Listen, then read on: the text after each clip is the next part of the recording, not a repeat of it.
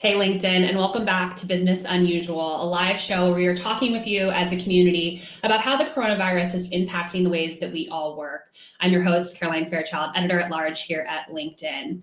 To be an entrepreneur and start your own business means constantly operating amid uncertainty. I've interviewed several founders in the past who have even told me that they thrive amid ambiguity.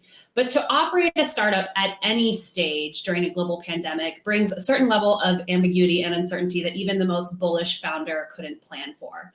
On today's show, we're going to be speaking with three founders who have startups across different industries, see how they're running their business, and hopefully get some insights to you on the stream about what you could be potentially doing with your own company. This conversation is going to be co-hosted by Anu Dugal. She's the founding partner at Female Founders Fund and an investor in all three of the companies that we are going to be featuring on today's show. Before I bring Anu on, I want to hear from you. The whole goal of Business Unusual is to have a conversation about what you're experiencing on the ground. Whether you're a startup founder or an investor, let us know what's going on for you. And even if you're just an employee at a company right now and you feel like this uncertainty is questioning what you should be doing with your career, let us know what's going on. Tell us your story in the comments, and hopefully we'll have a conversation together about this on today's show. And with that, I really want to bring on Anu. Hi, thanks so much for having me, Caroline. Hi, Anu. Thanks so much for having this conversation. We're seeing so many members on LinkedIn, particularly leaders, just having questions about how they should be operating their companies during this time. I first want to hear from you in terms of what Female Founders Fund is doing right now to really support your portfolio companies during these unprecedented times. Sure, no, it's a great question, and we've been working tirelessly to really support our founders throughout the crisis. I would say first is really connecting with them and helping them think about runway. I think we're really unprecedented times, and ultimately the name of the game is extending runway. So whether it's 12 months, 18 months, 24 months, whatever you can do to kind of extend that runway is really what we are focused on with our portfolio. In addition to that, it's really thinking through, what are the necessary cuts you need to make? How are you revising your financial plans? And ultimately, all of that is driving back towards runway. Mm-hmm. And then in terms of your investment thesis overall right now, I feel like there's a lot of hysteria that there's no money or capital being put into new ideas right now. Have you thought at all about how you're kind of thinking about your investment thesis during this time in terms of new opportunities for the fund? Yes, absolutely. So, they say that some of the best companies were actually built, during recessionary periods. And there's a ton of innovation that we're seeing, quite frankly, across a variety of different industries. And so for us, we're being prudent, we're being cautious, but we also are being opportunistic. And, for the right founder who's recognizing opportunities that are emerging amongst this time, we're excited to work with them. And for those of you who are just joining the stream, we are having a conversation about how to run a startup amid a global pandemic. I don't think any of us has all of the answers, but we hope to share some insights on today's show from three founders who are going to join us momentarily. I see a bunch of people joining from the stream. We have Dorothy joining us from Spain, Peter from Seattle, Lynn from Toronto. Thank you so much for joining us on today's show. This is Anu Dugal. She's the founding partner of Female Founders Fund. Let us know what's going on with you in the stream. And with that, I want to bring on our panel of founders. We can start to have a conversation about startups and what it really means to be operating at these times. We have Georgia Gooley, who's the co-founder of Billy, Kate Ryder joining us from Maven Clinic, and then Crystal, who is from BentoBox. First of all, thank you all so much for joining us on today's show. Thanks so much for having us. Thank you. All right, let's start I want to hear from each of you about a little bit more about your company. So we have some context in terms of what kind of company you're running, what stage you are in right now, and kind of where you are in terms of capital. And I think we'll start with Georgie. Hi, everyone. So Billy is a female-first brand that provides premium quality shaving supplies and clean beauty. We launched about 2.5 years ago now with the mission of eliminating the pink tax and normalizing body hair in the shaving category. And about a month ago, we launched a new collection of beauty products that were formulated to be completely clean. We've raised $35 million to date. Our last raise was a Series A at the beginning of last year, and we're a team of 65 today. Great. And then Kate, why don't you kick us off here? Sure. So, hi, everybody. I'm Kate. I'm the founder and CEO of Maven. So we're a women's and family digital health company with the largest telemedicine network in women's and family health. Our core business is selling fertility, maternity, and pediatric programs to employers and health plans with the ultimate mission of putting women and families more at the center of the healthcare model and filling in some of the gaps in care. I started the company in 2014. We're about 120 people headquartered in New York City, and we've raised 88 million of funding so far. Very, very grateful to have just closed our Series C in February. Great. Crystal. Hey, I'm Crystal, co-founder and CEO of BentoBox. We help restaurants grow their business online, primarily through their website, with add-on products help them drive revenue online through selling gift cards, online ordering, catering, and so on. We work with about 5,000 restaurants, a little bit over that, in all 50 states, 15 international markets. Been growing the company for about 5 years now. Our last round was a Series B, which was in early 2019. And we've raised about 30 million to date. Great. Thanks so much, everyone. So I think, part of what we want to touch on today is thinking through how you as founders prioritize creating a plan around COVID. And how did you think about things like extending runway, cutting spend, headcount, and really communicating with your key stakeholders? Crystal, maybe starting with you, how did you think about all these things and really find a way to communicate effectively around the plan that you put into place? Yeah. So first and foremost for us was making sure we were communicating to our employees early and often, as quickly as possible, and preparing them for changes as early as early March, before we really knew what was going to happen. Just understanding that this was going to affect our industry and things were going to get difficult, and making sure that we were keeping them updated along the way. So that's been really important, and making them feel like they're really, we're all in this together, and the decisions that we're making are, for the good of the company and to be able to serve our customers long term. And for us, it was really a balance between ensuring that we had the runway to weather the storm, but not putting our operations or our current revenue base or our customers or future opportunities at risk, making sure that we were prepared to, be able to support our customers during what's really a difficult time for restaurants, all across the country, all across the world. And so obviously, with a lot of different, companies in high growth mode, we had hired for growth. And that plan was obviously going to change as we saw, restaurants, shutting down and their priorities shifting. So we reduced headcount by about 20%. We negotiated contracts, rent, and just, anything that we could to make sure that we had the runway to weather the storm. So we were targeting to have a certain amount of cash in the bank at the end of the year, and then making sure that we retained enough capital to, when things did return to normal, that we could really put our foot on the gas and we'd be ready to do that. That's great. Super helpful. Kate, what about you? For you, you're obviously running a telehealth business, which, must be super interesting in a time like we're living today. How has this impacted your strategy? And have you seen increased demand for the product? Yeah. So with our kind of COVID strategy, we know that telemedicine, over 85% of visits today are right now being done via telemedicine. And as the largest women's and family health telemedicine, where maternity and pediatrics particularly, which are, have a lot of in-person visits, we knew that was going to be really impacted. So we quickly marshaled our teams to develop COVID-specific products for both our existing clients, as well as new prospects, as well as health plans, and just kind of offering a lot of different options to get our product in the hands of members. So whether it was kind of on a per visit basis, one of the clients we just rolled out that's public, we worked with the state of Massachusetts to roll out with Mass Health, their Medicaid plan, just to offer our telemedicine visits to understand whether someone has COVID and that set up a triage system, to then working with employers that just really wanted to put something in place for 6 months.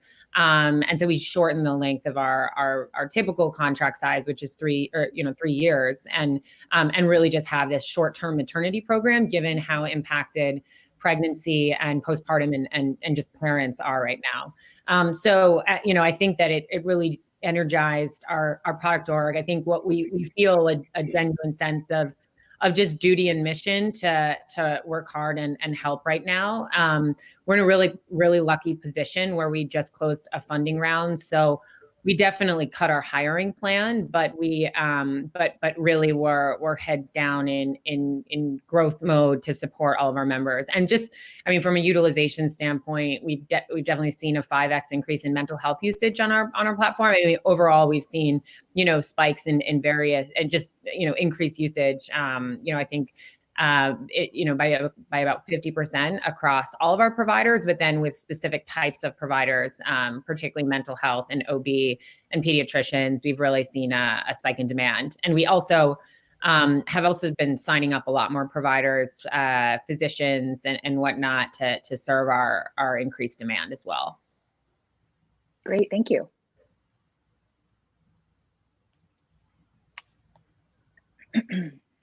Georgie, in terms of Billy's subscription product, you talked about launching a new line of skincare and beauty amidst COVID. How did that impact your plans? To launch something new during an uncertain period is probably tricky. So would love to learn about how you and the team thought about that strategy. Yeah, no, our timing was very interesting. We had spent the last 15 months thinking about how we're going to take Billy out of the shower and onto your bathroom shelf. So we'd gone through months and months of perfecting product formulas and redesigning the website, redoing marketing materials. And as we were getting closer to launch, the anxiety around COVID was really mounting. And we actually had made the decision a week prior to launch that we were going to start working remotely. This was like a couple of days before government mandates came out. So really for the team, there was no easing into working remotely. It was really baptism by fire. And during that week in the lead up to launch, we really debated whether we should move forward. Part of us was thinking, well, the products that we're providing, a dry shampoo, face wipes, lip balm, these are still everyday essentials that people are using, but obviously wanted to be sensitive to what was happening around us. And ultimately, we decided to move forward with the launch, but to revise our communication strategy. So I'm sure everyone remembers, there was probably a 2-week period where it felt like any brand you had possibly given your email to was emailing you about their, what they're doing around the pandemic. And so even as we were launching, we decided to really pull back on any email communication. We were super sensitive about any messaging we put out there. So just really trying to make sure that, nothing we were saying was coming across as tone deaf or insensitive. And then as a brand, we had always donated 1% of revenue to causes we believe in. And so during this time, we decided we were going to divert, the funds and we were going to support food banks across the state. So we did an initial pledge of $100,000. We actually upped that to $200,000, but as part of the launch, being able to give back as well. Yeah, I think marketing during the pandemic could be a show in itself. For those who are just joining the stream, I'm Caroline Fairchild. This is Business Unusual. We are talking about how to operate a startup amid a global pandemic. I'm seeing some people have questions in the stream. Jonathan, Carlos, Tony, Joseph, Thomas, thank you so much for joining us. Hopefully we'll get to your questions at the end of the show. Kate, I want to go to you in terms of running a telehealth company right now amid this uncertain time that we're facing. You work a lot with employers. How is this impacting your ability to, continue to have clients, and have you seen an increased demand for Maven Clinic? Yeah, I mean, I think that it depends on the industry, right? I think what we're seeing is what a lot of businesses are seeing is there are some industries that are incredibly impacted by COVID, like the restaurant industry, obviously, for an example. And so, right now we're actually crafting a way to help the more distressed industries get access to telemedicine. But then I think what we're seeing across other industries that aren't, that are still, buying benefits and looking at how to support their employees, those industries that we're seeing a great shift in the world right now to a more virtual work environment. And so as you think about benefits that you want to offer your employees and how to support them, at work and at home, virtual care and telemedicine is really top of list when it comes to healthcare. I think that one of the core shifts we're seeing in healthcare in general, in maternity care, is that more and more prenatal visits are increasingly virtual. There's a lot of uncertainty about birth plans, and probably will continue to be the case for the next year at least. And then people are being sent home postpartum earlier from the hospital. There's just a lot less in-person support than there was, 2 months ago. And so I think a lot of employers seeing this disruption in their workforce, and particularly the disruption to parents right now, want to get more services in the hands, if they can afford them, and if they're not doing a lot of layoffs, can get more of these services in the hands of their employees and particularly their new parents. Mm-hmm. Crystal, so, BentoBox rolled out a product offering where you essentially enable customers to order directly from restaurants. This is clearly a really difficult time for restaurants, whether it's in New York or across the country. How has that worked for you? How have you, as a company, really been able to support the restaurants that you work with?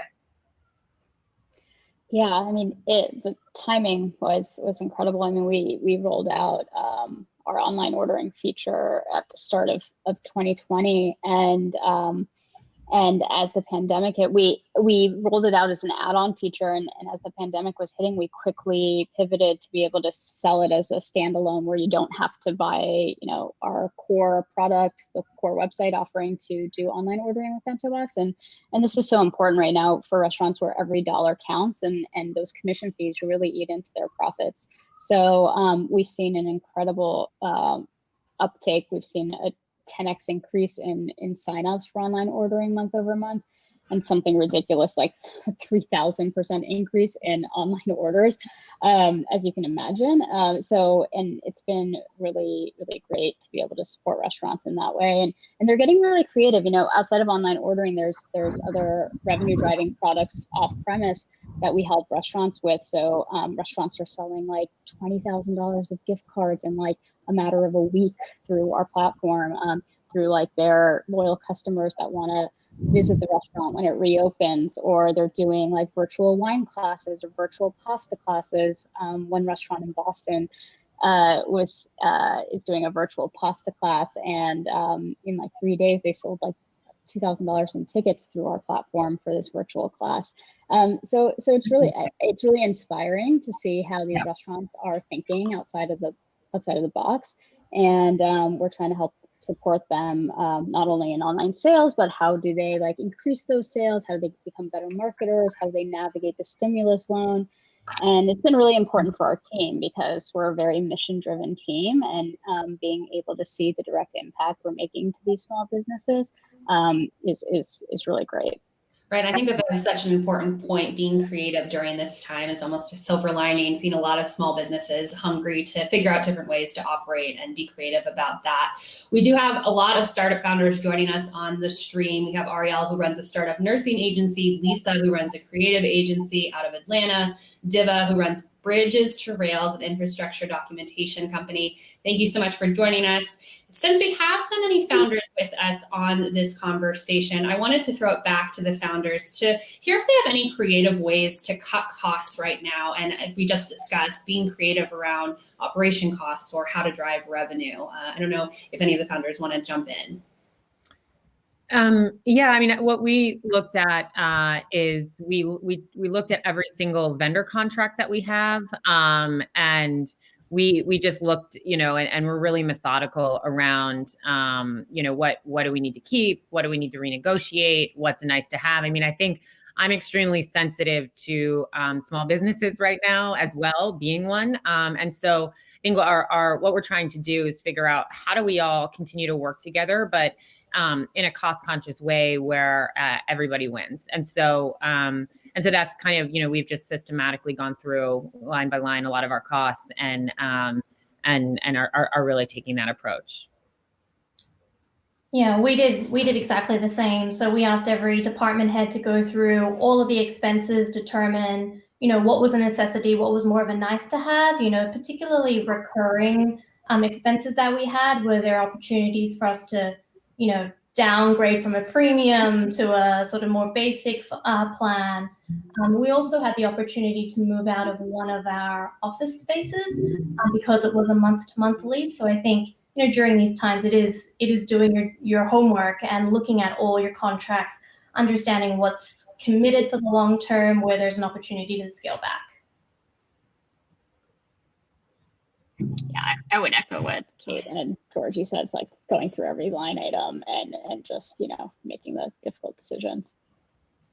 On the same vein, I think one of the challenges for all of you as CEOs and leaders is that there's a lot of tough decisions, obviously, that need to be made. And cutting costs involves cutting people. And what I've seen and heard from all of you is that one important thing you have to do at the same time is really keep morale up.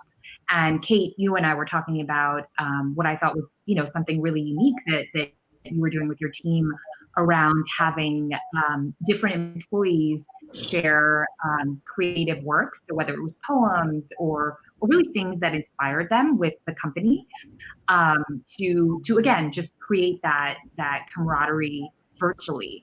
So I'd love to hear about, how are you three thinking about ways in which, despite what's happening around you, you're really able to galvanize your team members together.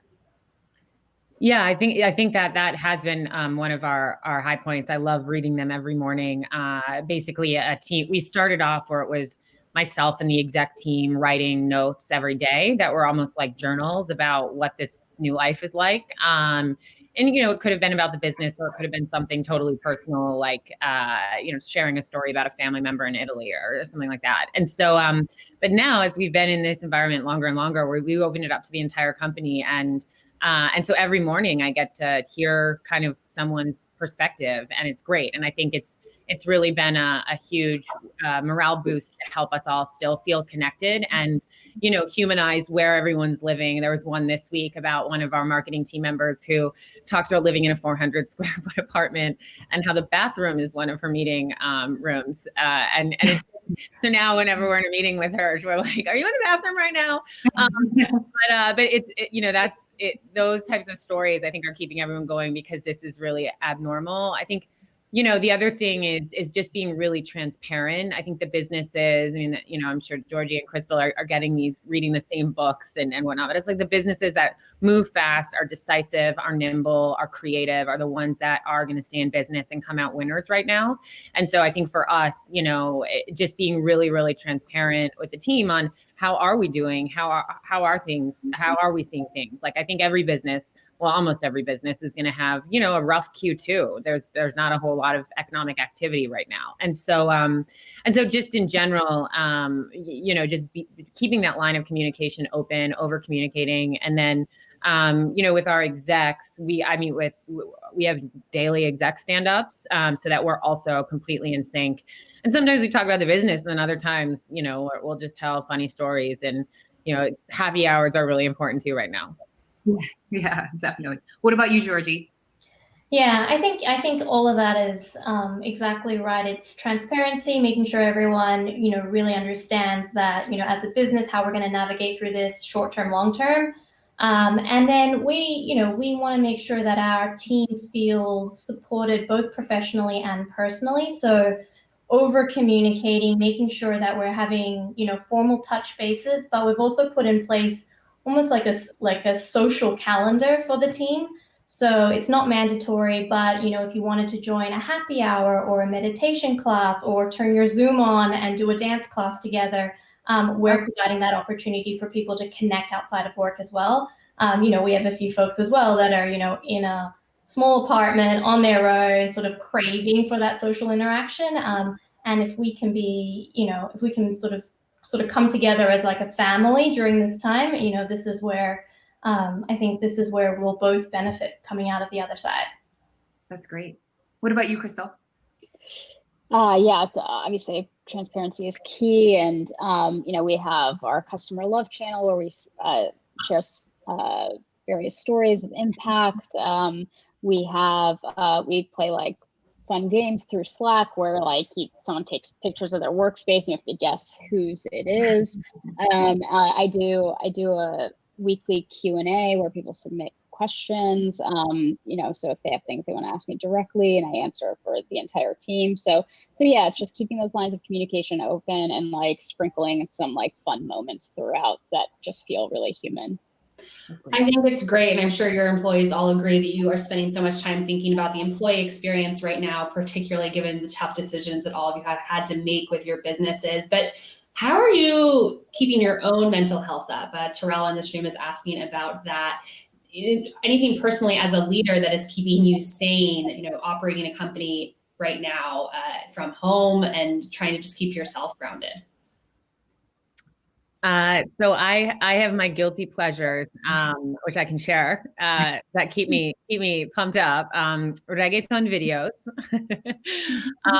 I'm living with my parents right now in Connecticut, and so living in New York, I don't really drive that much. But now that I'm living with them, I will escape my very young children who are 3 and 2 and go for drives with the windows down, pumping music, and then. I'm learning Beatles songs on the piano, and I used to play the piano a lot, but having that little daily discipline is so helpful because I'm so bad at the piano now, but I'm relearning those muscles and so it's really cathartic. It's like my yoga for the day, is just kind of immersing myself in various components of music. Yeah, I try to. I will be the first to admit that I'm doing a terrible job at this. I should take my own advice, but I just try to keep trying to move. Just in terms of exercise and do videos. I love Pilates. Just I hate yoga, but I'll do it. Started doing it. So just trying to just stay active, and you're in a seat all day, not running around the meetings, and it really takes a toll on your body. So I just try to keep like my physical self, in check. Yeah, I would say exercise as well. Sometimes I dread it, but I definitely feel better on the other side of it. And then just mastering a little skill. So I'm trying to learn how to make a proper coffee and froth the milk and all of that. So do latte art. So it's a small thing, but I'll feel like I accomplished something. That's great. So, Kate, you mentioned that as a leader, you're thinking about how are you going to come out on the other side of this, right? So making decisions, having a clear message for your employees, all of that is really important. But I think one thing we haven't talked about is product innovation. And I think that, the world around us is changing and there are ways to adapt to that and to get ahead of it. So, we'd love to just think about how you guys have thought about your own products and whether there's room for product innovation right now. Yeah, that's the one area where we're not cutting any hiring in engineering and product and design because innovation is key, particularly because the world is truly changing so fast. I guess maybe the way I'll answer the question is there's so much uncertainty in the world right now as well, which I think is both can stimulate a lot of creativity or create a lot of depression depending on the day. Yeah. And so what we've done is we've created just a list of assumptions. So, when are we going back to work? Are we going to have conferences? what is mental health usage going to look like in telemedicine in the future? What will reimbursement models look like? And so just starting to write everything down about what is this new world, and then where do we plug in, I think is really helping us prioritize our product roadmap and what's coming up. I mean, we've definitely shifted a few things around. I think we have like a 3-year list. And so there's not anything I would say necessarily new on it. It's just that priorities have shifted. And so as we've built these kind of assumptions, we then look at the product roadmap. And so I'm just, staying super connected to our chief product officer right now. We're talking, 3 times a week.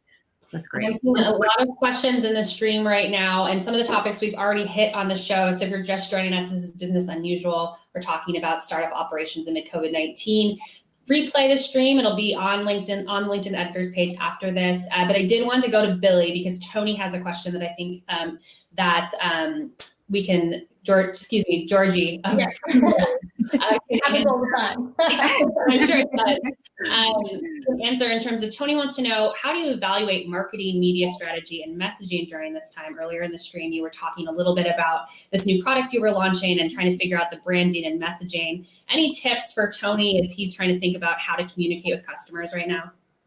Yeah, I think, it depends on what you're marketing, but it's just making sure that anything that you're saying isn't misconstrued or could be misinterpreted to be insensitive during this time. So from a messaging standpoint, even there could be trigger words like "I die for this product." Like, you don't want to say things like that. But what we're actually seeing from a marketing perspective is an increase in efficiency. So I think if you have the finances to be able to market, every dollar you spend can go a little bit further at the moment. So it is an interesting time to be marketing. You just have to be hypersensitive about, how you go about it and, the messaging you're putting out there. Yeah, I think transparent communication, both internally and externally, seems to be a key theme right now amid this pandemic. That is all the time that we have for today, but this has been such an insightful conversation. I want to thank Anu for co-hosting with me. This is the first time I co-hosted a show on Business Unusual. It was great. And it was great to meet Georgie and Kate and Crystal. Follow all of them on LinkedIn. They're all sharing some powerful insights about how to run a business right now. And just want to say thank you all for joining me. Thank you. And that is all that we have for Business Unusual today. This is a daily live show. We're coming to you at 12 Eastern, Monday through Friday, talking about different topics that relate to how the coronavirus is impacting the ways that we work. My colleague and co-host Susie Jackson will be back with you tomorrow to talk about Earth Day and what that really means for business and sustainability overall. So be sure not to miss that show. I'm Caroline Fairchild. Thank you so much for joining us.